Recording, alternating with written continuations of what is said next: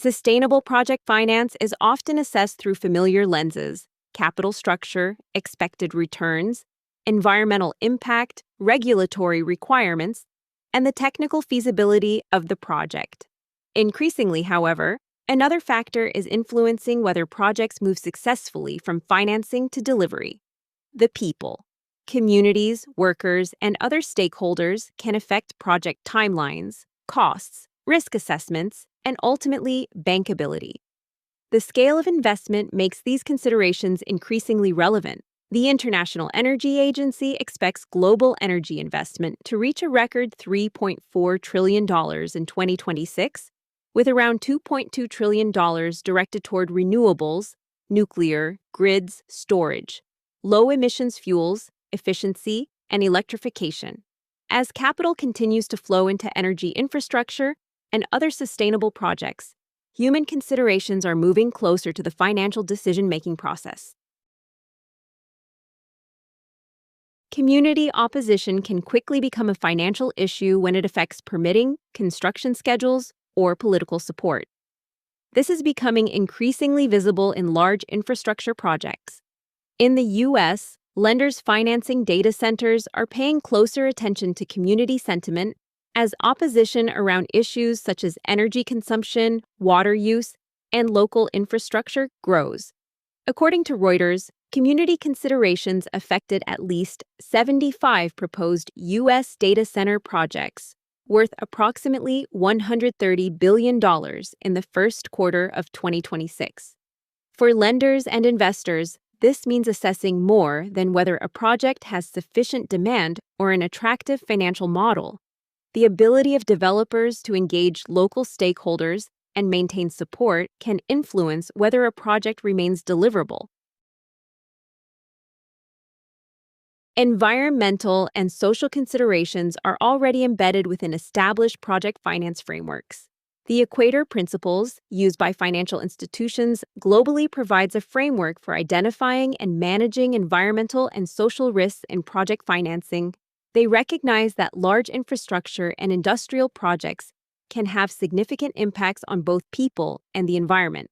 Major financial institutions are consequently incorporating these assessments directly into lending and credit processes.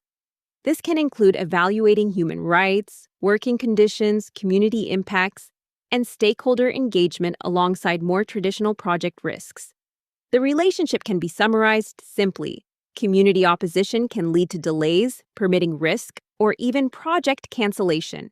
Human rights and social concerns can result in additional due diligence and financing conditions. Transition impacts can create political and reputational risk, and skill shortages can lead to higher costs and slower project delivery. Financing an environmentally sustainable project does not necessarily mean that all its social outcomes will be positive. This is where the concept of a just transition is becoming increasingly relevant. It considers how the move toward more sustainable economies affects workers, communities, and vulnerable populations.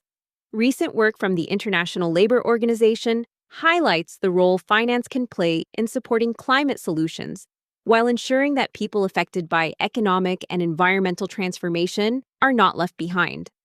For finance professionals, this broadens the sustainability conversation.